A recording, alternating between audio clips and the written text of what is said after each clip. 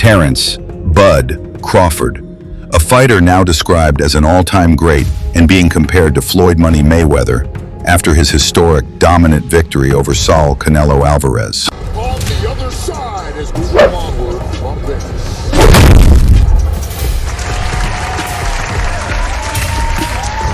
For years, Crawford claimed he had been chasing a massive showdown with boxing's 8-division world champion, Manny Pacman Pacquiao, but it never materialized. Instead, he fought fighters that served as Pacquiao's sparring partners and destroyed them. Point tonight is to be special against DAZN.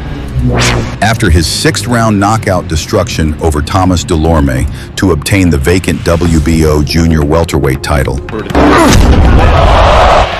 that might be the only matter so far. Two of Delorme in the corner.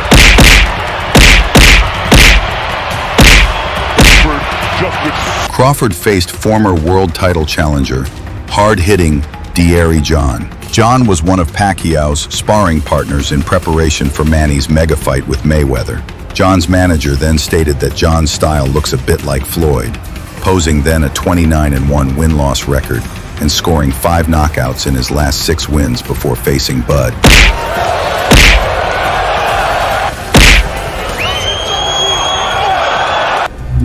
Crawford's record then was 26-0, defending his WBO 140-pound title, and was one of the top 10 best pound-for-pound fighters in the world. Top-ranked commentators were then teasing a potential Pacquiao versus Crawford showdown, should Bud defeat impressively Pacquiao's sparmate in DAZN. In this fight, Crawford immediately exploded in round 1. He started quite slow in the orthodox stance, but less than 30 seconds before the end of the first round, Bud switched southpaw and landed a vicious right hook, knocking down John just seconds before the round ended. He drops John with a right hand. It allows you to get a right hook because you got to get straight up. Crawford continued fighting via the southpaw stance and also continued hurting and wobbling DAZN. DAZN's right hands couldn't land cleanly on Bud. Crawford completely dominated the bout after switching to southpaw. Bud, midway through the fight, switched back and forth between the conventional and southpaw positions.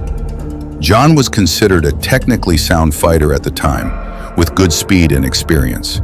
But against Crawford, he looked levels below. Though John landed a solid right hand in the 8th round, Crawford immediately retaliated and pummeled John until the end of the round. Then came the 9th round, where Crawford sent the challenger to the canvas again. In the 10th, Bud decided to go all out, punishing John en route to a 10th round TKO victory for the defending WBO champion.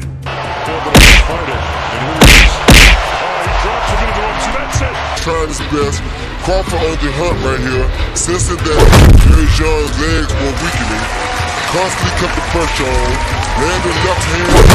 That left hand right there.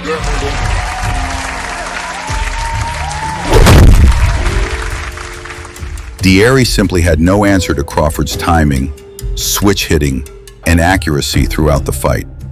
A fighter who was said to have held his own in camp with Pacquiao while mimicking Floyd was made to look pedestrian against Crawford. Crawford said that after this knockout win over John, Pacquiao was nowhere to be seen. But you're not there yet, pay-per-view yet, unless maybe, which is the talk now, that you are next for Manny Pacquiao on pay-per-view in April. Your thoughts? I'm ready. Bob, make it happen. I'm ready. Postal, trained by the most decorated and renowned trainer in the sport of boxing anywhere in the world, Freddie Roach. After Crawford's TKO win over DAZN, he defended his WBO light welterweight title again and scored another knockout win over Henry Lundy. He then proceeded to face the WBC 140-pound champion at the time, Victor Postol, who then had an unbeaten record of 28-0. Interestingly, Pacquiao's coach Freddie Roach was also Postol's trainer. Roach stated that Postol was able to cope with Pacquiao's speed during their sparring sessions. While it was reported that Victor Postol was able to hold his own and gave Pacquiao fits in sparring, It was also noted that Pacquiao broke Postol's nose during their sessions in 2014, suggesting that their sparring was competitive and intense. Postol, who credits the sparring as a significant boost to his confidence, vowed that he would shatter Crawford's reputation. Postol declared the sparring sessions with the Pacman built his confidence to a level where he felt he was capable of beating anyone in his weight class, including Crawford. He even belittled Terence by saying that his previously beaten opponent, Lucas Mathise, is a tougher opponent than Bud. This is over. Victor Postol has knocked out Lucas Mathise. So when Mathise reaches right here with his jab, he gets him on the way in with the straight right hand. And at that point, Mathise had already had enough jab. It was just a matter of time. July 23, 2016, Crawford versus Postol for the WBC NWBO 140-pound unification. Both fighters were undefeated, both were champions, and both were eager to prove who was the best at 140. Postol's 10th round knockout win over Mathise before the Crawford fight made boxing pundits conclude that Postol might be Bud's toughest test. But what followed was a tactical, one-sided performance that further solidified Crawford's reputation as one of the sport's top pound-for-pound fighters. From the opening bell, Postol tried to assert his jab and maintain distance, but Crawford, who quickly changed from orthodox to southpaw stance in round 1, quickly took away his rhythm. Crawford used movement, feints, and angles to disrupt Postol's timing. By round 3, it was clear that Postol was having difficulty landing clean shots. In round 5, Crawford dropped Postol twice. Ceremony that enjoys himself. So knockdown that he doesn't talk about. What a great counterpunch. Comes out and right hook, top of the head right away, knocks Postol down. The left hand, he counters the right hand. That means Postol tucks in, bing, gets caught with the counter left, and there he goes again on a delayed reaction. Right. These knockdowns were a turning point in the fight, both mentally and on the scorecards. From that point on, Crawford turned the bout into a boxing clinic. He used lateral movement, smart counters, and a mix of punches to keep Postol guessing. Postol, known for his disciplined jab, landed very few clean shots for the rest of the fight. Whenever he tried to initiate offense, Crawford either slipped away or made him pay with quick counters. By the later rounds, frustration began to show on Postol's face. He had no answer to Crawford's speed, footwork, and ring IQ. Meanwhile, Crawford stayed composed, never taking unnecessary risks and sticking to his game plan. After 12 rounds, the judges returned lopsided scorecards, 118 to 107 twice and 117 to 108. After the fight, Coach Freddie Roach admitted that he did not want Pacquiao to fight Crawford right away. Roach even added that the Pacman needed to be a full-time boxer in order to beat Crawford. Freddie also stated that Bud is similar to a young Mayweather. Welterweight division, 70 kg, ky është Amir Khan. Another one of the popular fighters whom Pacquiao had sparred with was former world champion Amir Khan, who fought Crawford when the latter held the WBO welterweight title.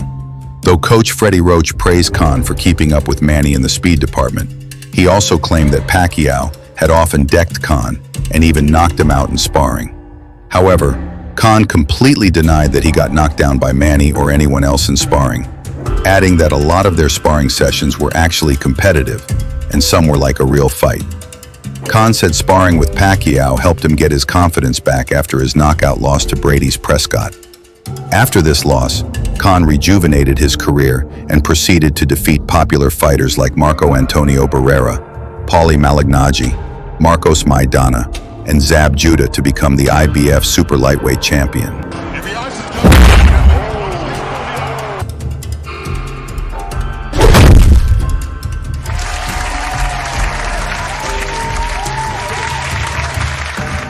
April 20th, 2019.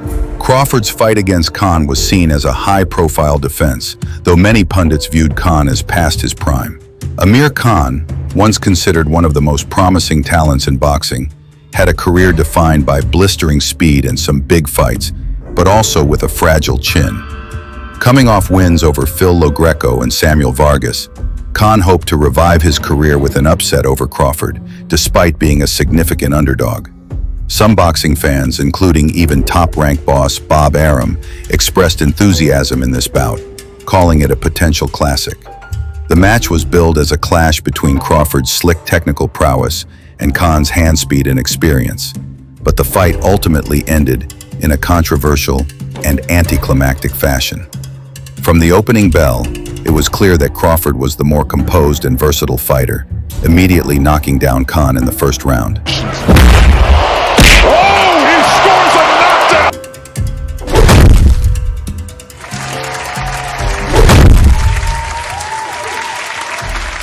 Khan recovered but was clearly rattled.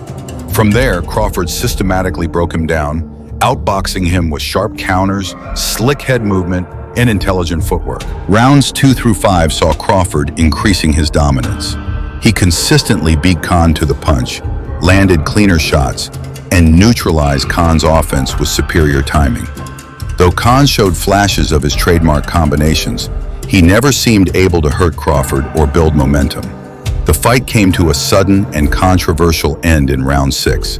During an exchange, Crawford landed a low blow, striking Khan on the inside of his right leg near the groin area. Khan immediately winced in pain and turned away. Referee David Fields called time and gave Khan 5 minutes to recover, as per the rules. However, after a short discussion between Khan, his trainer Virgil Hunter, and the referee, Hunter informed the referee that Khan could not continue. As a result, the bout was stopped and ruled a 6th-round TKO victory for Crawford. The ending drew boos from the crowd and sparked debate across the boxing world. Some accused Khan of quitting, questioning whether the low blow was truly debilitating. Others defended him, arguing that groin shots can be extremely painful and disorienting. Terence Crawford was visibly frustrated by the way the fight ended. In the post-fight interview, he insisted that he was dominating the bout and believed Khan was looking for a way out. He expressed disappointment that he couldn't finish the fight cleanly. Despite the controversy, the result was clear. Terence Crawford remained undefeated, improved his record to 35-0, and retained his WBO welterweight title. Raimundo Sugar Ray Beltran. Crawford also fought former world champion Raimundo Beltran, who was one of Pacquiao's longtime sparring partners. Beltran is a Mexican fighter who has had his own substantial career, holding the WBO lightweight title, challenging for championships, and earning respect for his toughness.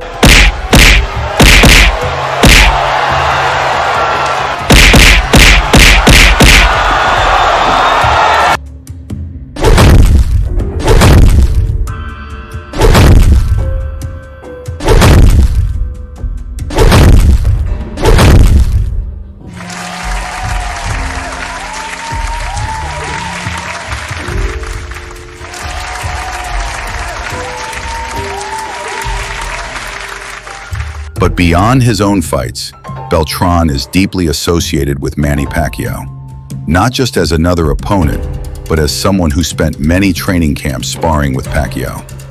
Over about a decade, he showed up in roughly 10 to 12 camps, particularly in the periods before big fights for Pacquiao. Beltran himself has often described this role with admiration, as challenging, educational, sometimes punishing, but deeply influential in his own growth as a boxer. Before fighting Crawford, Beltran praised Bud's skills, but he also expressed this is not his first time dealing with an elite fighter, citing his experience in sparring with the Pac-Man. From the opening bell, Crawford established his jab and maintained distance. He attempted to pressure, to work inside, and land big right hands. 1 or 2 moments in the early rounds showed he could sting Crawford, but he didn't sustain reflexive momentum.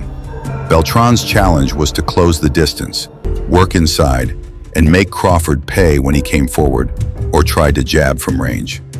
Crawford, however, was largely successful at dictating where the fight took place. His footwork, angle changes, and stance switching made him elusive. As rounds progressed, Crawford's control increased. The jab remained strong, both in volume and in disrupting Beltran's rhythm. Beltran's offense, although showing flashes, could not consistently penetrate Crawford's defenses or change the momentum decisively. Crawford also showed good conditioning, maintaining pace, throwing combinations, and frequently closing rounds well, pressing Beltran against the ropes or corner in rounds 10 and 11. Beltran, though never completely dominated in spirit as he kept showing heart and resisted being knocked out, simply couldn't match Crawford's volume, timing, or technical diversity. After 12 rounds, Terence Crawford won via lopsided unanimous decision, with judges' scorecards reading 120 to 108 and 119 to 109, twice in Bud's favor. Jose Benavidez Jr. After snatching the WBO welterweight title from Jeff Horn, who had previously defeated Pacquiao, Crawford successfully retained the said title in his first defense against then-challenger Jose Benavidez Jr., a tough fighter who had also sparred with Manny during his younger years. Benavidez praised Pacquiao's speed, punching power, and ability to throw punches from all angles. Benavidez said sparring and working with Pacquiao and other great fighters like multiple division world champions Sugar Shane Mosley and Timothy Bradley inspired and motivated him to become a world champion. Jose even stated in one of his interviews in 2016 that he's willing to face Pacquiao in a real fight. 2 years later after that declaration, he was given the opportunity to fight for a world title against Bud Crawford. From the opening bell, Crawford aimed to establish distance, use his jab, and work the body.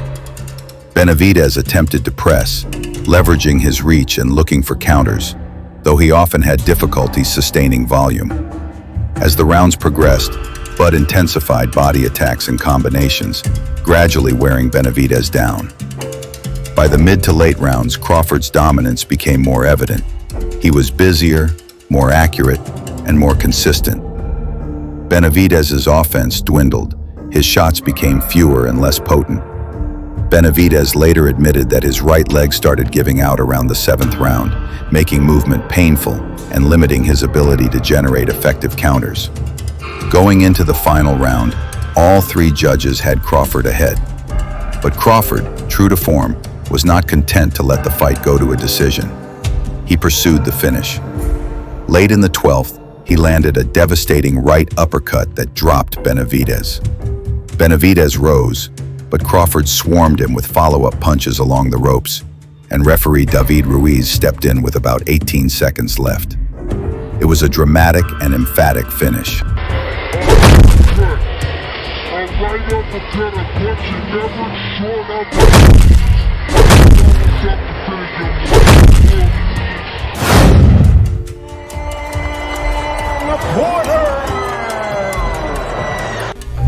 Former 2-time welterweight world champion Showtime's Shawn Porter was one of Pacquiao's popular sparring partners. Reports indicate that Porter gave Pacquiao a hard workout during their early sparring days in Baguio, featuring numerous exchanges of hard shots behind closed doors. Their sessions were not gentle or purely technical. They had grit and realism. There were reports that Pacquiao knocked down Porter in sparring, but Porter came back very well and tagged Manny with a good hook. For Porter, the repeated exposure to Pacquiao's speed and angles helped him build comfort against fighters with fast hands and footwork, qualities possessed by Terence Crawford, whom he faced in November 2021. By this point, Crawford was an unbeaten, multiple division champion, but critics argued that he hadn't always taken the absolute top names or had the gatekeeper-style fights. A dominant win over Porter, and especially a stoppage, would help silence doubts about his place among the elite, particularly in the welterweight division. The Crawford-Porter fight was competitive, tense, and tactical for many rounds before Crawford was able to make decisive moves. Porter pressed forward, attempting to rough up Crawford on the inside, employing smothering tactics and forcing exchanges that troubled Crawford.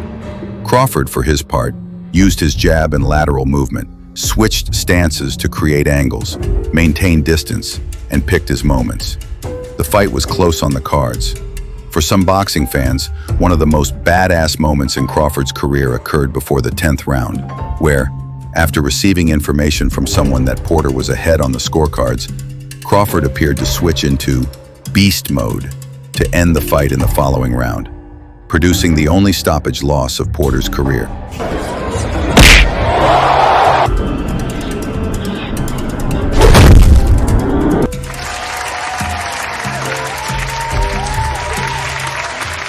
The knockout victory over Porter was widely seen as one of Crawford's most impressive wins, not just because he won, but because he defeated a pressure fighter who tested him, and did so by earning a stoppage rather than merely scraping by. It helped bolster his status among the pound-for-pound elite. Technically, this fight illustrated Crawford's versatility, ability to switch stances effectively, to counter pressure fighters, to manage distance and timing until an opportunity opened. For boxing fans and analysts, it was a lesson in how a boxer who is both smart and dynamic can break down someone whose strength is in aggression and volume. The Crawford versus Porter fight is memorable not only for its ending, but for what it represented. A moment when Terence Crawford, already highly regarded, showed he could overcome a rugged, battle-tested former champion under pressure in a high-stakes environment. In there, not a shot he really landed this far up until this point.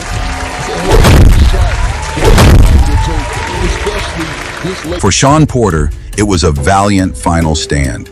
Intense, gritty, refusing to yield, even as he faced someone with sharp counters and ultimate opportunism. What separates Terence Crawford from many of his peers is not just that he wins, but how he wins. Against fighters who were good enough to prepare Pacquiao for elite-level fights, Crawford didn't just win, he dominated. This pattern suggests not only a high skill ceiling, but an ability to completely nullify even well-schooled, experienced opposition. It also speaks to Crawford's adaptability. He can box orthodox or southpaw, fight on the front foot or the back foot, and he adjusts mid-fight better than almost any fighter of his era. Where Pacquiao overwhelmed opponents with volume and angles, Crawford dissects them with precision and calculation. His superiority over former Pacquiao sparring partners highlights this cerebral, multi-dimensional approach.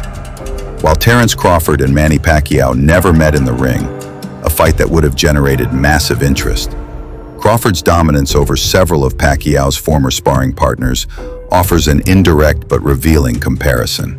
These are fighters who helped Pacquiao prepare for some of the biggest battles of his legendary career. Crawford's comprehensive victories over them reinforce his case as one of the most skilled and dominant fighters of the modern era. Though the two legends belong to different boxing eras, Crawford's track record suggests that he not only would have been competitive with Pacquiao, he might have had the tools to win. What about you? What can you say about Crawford's performances against fighters who also became Pacquiao's sparring partners? Let us know in the comments section.